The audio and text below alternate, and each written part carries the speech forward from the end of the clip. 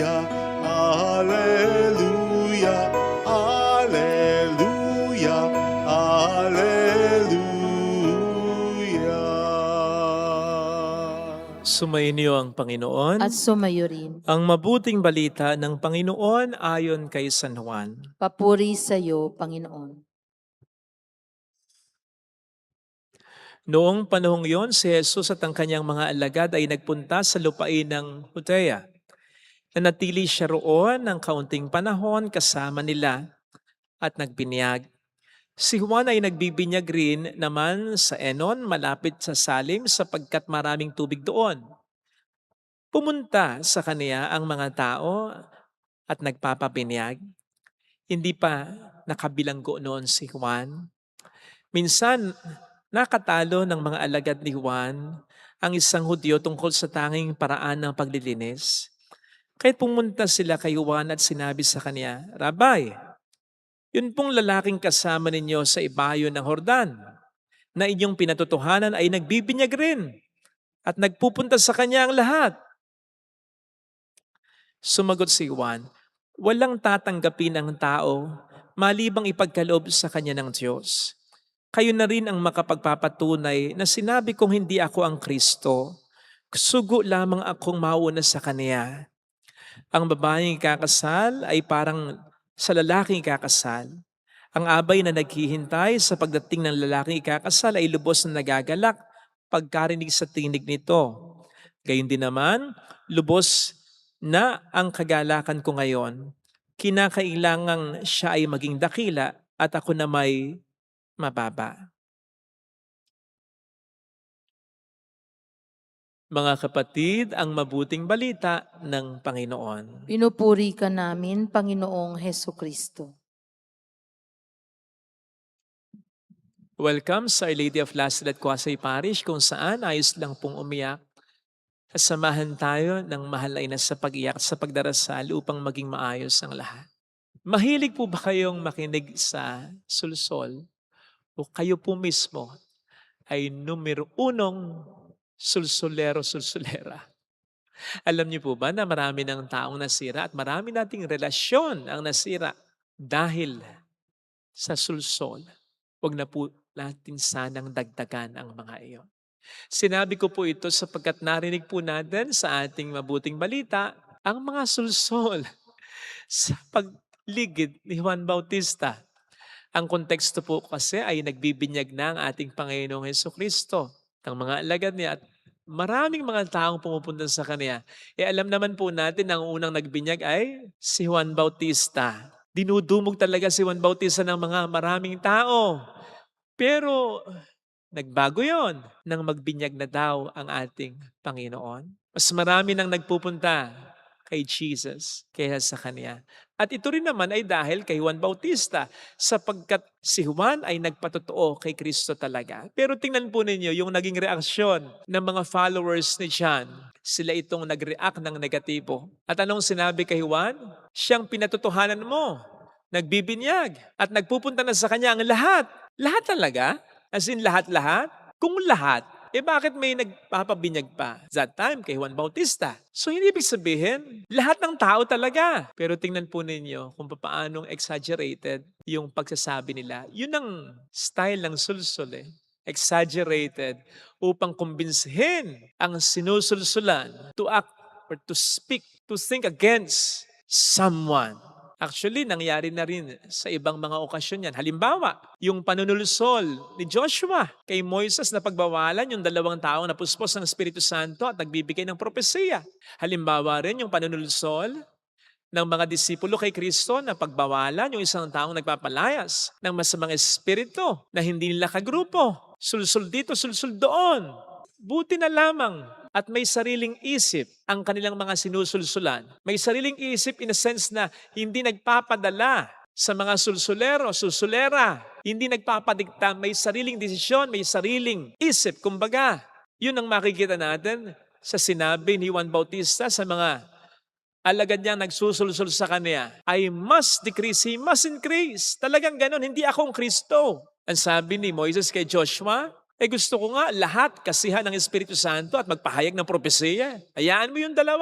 At anong sabi ni Kristo sa kanyang mga disipulo? Hayaan niyo siya sapagkat walang taong matapos gumawa ng himala sa pangalan ko ang agad magsasalita ng masama sa akin pagkatapos nito. O di ba? They made their sulsulero at sulsulera realize may sariling isip sila. Alam nila ang ginagawa nila. In control sila. At hindi sila basta-basta masusway ng mga sulsol ng iba. Ganun sana.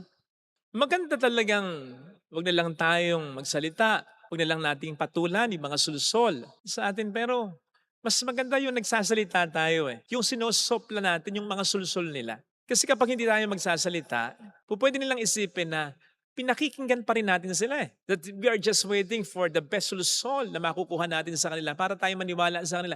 Kaya hindi sila titigil sa panunulusol. At gagalingan pa nila. Ang mga sulsulero pa naman tuwan-tuwa kapag parang pinakikinggan natin sila. Kaya mas magsusulat at magsusulsul pa rin sila. At yun ay pwedeng maging delikado. Kasi pwedeng later on ay pakinggan din natin ang mga ito. And so the best way, soplahin talaga natin agad ang sulsul nila para ma-realize nila na hindi tayo basta-basta makikinig sa kanila. Na alam natin ng lahat na tayo nag-iimbestiga.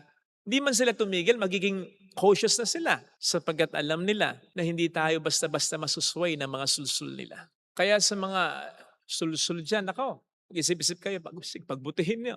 Maaaring natutuwa kayo kapag nakikinig sa inyo yung mga taong sinusulsulan ninyo. Pero sinisigurado ko po sa inyo ang Diyos ay hindi natutuwa sa ginagawa ninyo. Ang sabi po sa Kawikaan 6:16 hanggang 19, mayroong 6 na bagay na kinasusuklaman, kinamumuhian ng Diyos.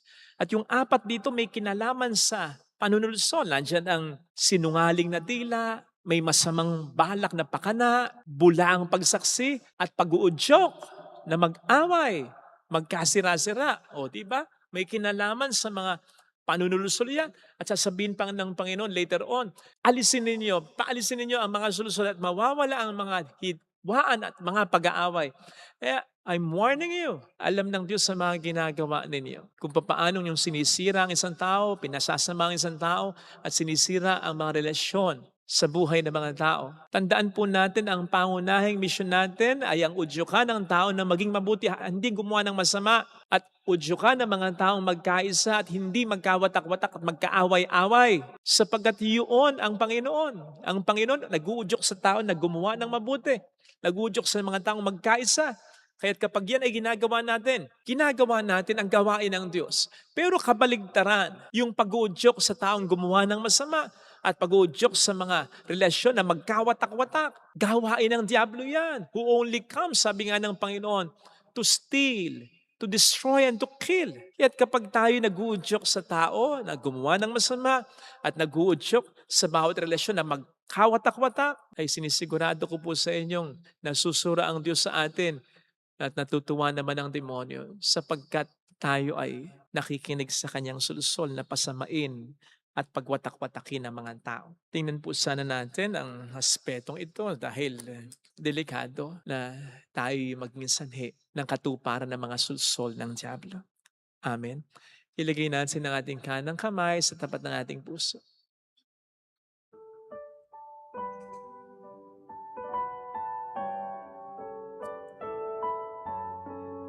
Awitin natin. Alam kong may magagawa ang Diyos.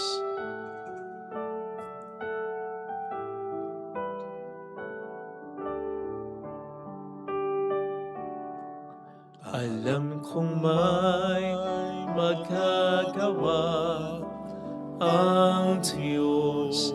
Alam kong may magagawa ang Diyos. Alam kong may magagawa ang Diyos. Kung ako'y magtatapat, Kung ako'y magtatapat, sa Kanya'y maglilingkod. sa Kanya'y maglilingkod. Alam kong may magagawa ang Diyos. May magagawa ang Diyos. Alam kong diringkin ng Diyos ang samo Alam kong diringgin ang sapagkat Diyos anak niya ako. ang samo ko. Alam kong diringkin ng Diyos ang samo ko. Alam kong diringgin ang Diyos Diyos ang samo ko. Kung ako'y magtatapat, Kung ako'y magtatapat, sa Kaniya'y maglilingkod, sa Kanya'y maglilingkod, alam kong di ringgin ng Diyos ang samo. diringgin ng Diyos Pumikit ang tayo. samo ko. Panginoon, marami ng taong naging masama dahil sa paniniwala sa mga sulsol. Marami ng mga relasyon na nasira, kung minsan pamilya pa talaga, dahil sa paniniwala sa mga sulsol. Tulungan mo po kaming maging matatag laban sa mga ito, lalo pat kung hindi namin talaga alam ang tunay at totoong kwento. Tulungan mo po kaming maging sanhi ng pagpapakabuti ng tao at ng pagkakaisa ng bawat relasyon ng bawat pamilya. Tulungan mo po kami, Panginoon, na maging matatag sa panunukso ng Diablo. Hallelujah! Hallelujah. Purihin ang Diyos. Hallelujah! Hallelujah. Siya ay muling babalik sa atin. Kung wala kang masabing maganda at makatutulong sa iyong kapwa, manahimik ka na lang. Hallelujah! Huwag ka nang maging sanhi ng pagkakasala ng iba, ng pag-aaway-away, lalo na ng pamilya. Babalik ang Panginoon upang tayo ay kunin.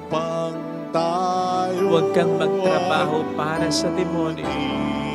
Ikaw ay Kristiyano. Mayroong magandang mangyayari sa iyo.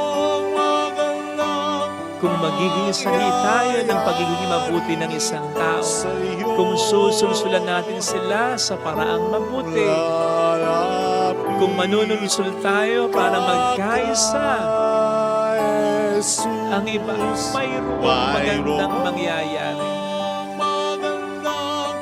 Makapangyarihan ng ating mga salita, kaya mag-ingat sa mga binibitawan nating salita. Sabihin lang natin yung makatutulong sa tao, hindi yung makasasama. Papuri sa Ama at sa Anak sa Espiritu Santo. Kapara ng sa unang-una, ngayon, magpakailanman, magpasawalang hanggan. Amen.